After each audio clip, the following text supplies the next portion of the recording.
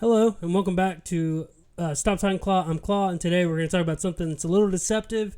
According to the title, it's going to be how to get the government to pay for your cancer care. And it's one simple step, I promise.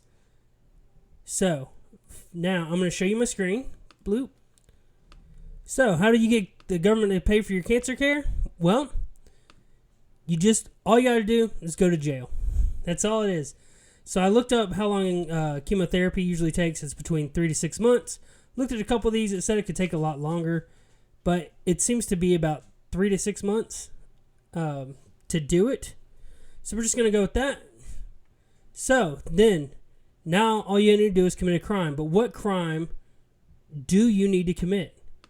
Well, I looked up the mandatory sentences from CGA. This is Connecticut, so cgaconnecticut.gov. And then I went to about 1 to 2 years. You know, you're going to be on trial. You really want to get that aftercare. But you also, the real big one right here is going to be the maximum time. So we need something that's not icky, that's between 1 and 3 years. But I found these that are between 1 and 5 years and they're not icky. Like, this one's 2 years, but nobody wants any CP on their record. So, we're going to go down to a legal sale or transfer of handgun to a person 1 to 5 years. So, if you sell a handgun to someone under 21, you can get your cancer paid for by the government. If you have an assault rifle, if you assault second degree with a firearm, which I misread that as assault second amendment, and I was like, that's a weird way to go.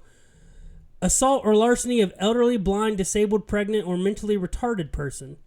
And that is on Connecticut's, well, it's from 2008. Still feels like it shouldn't be mentally retarded. Burglary, third degree with a firearm. Again, no CP. Now we're starting to get into 5 years out of 5 years. Criminal possession of pistol or revolver. You have a plethora of options for you to go to really get the government to pay for your cancer care.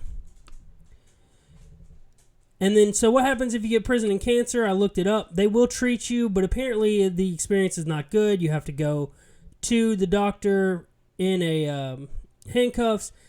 And this is one thing. So it's a little facetious. The government's not going to pay for all your cancer care. It's going to cost you $3 or $4 to go see. And if you're only making $5 to $10 as an inmate, that's a good chunk of your money.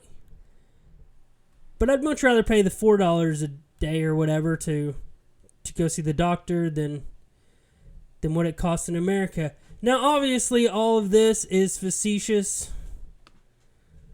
Back to me. I'm going to bounce around. I'm using my laptop camera, so anytime I hit the table, it's going to shake. But this is obviously facetious. It's not to point out. Obviously, don't go commit crimes to get the government to pay for your cancer care. But it is a little ridiculous that we're not paying for our citizens, but we are paying for our criminals. And I'm not saying that criminals shouldn't get health care. That's not it at all. I'm just saying that everyone should be entitled to health care. And that's what this video is really about. So I hope you like it. Short, sweet, little jokey. But until next time, I will keep my mouth shut. Thanks for watching.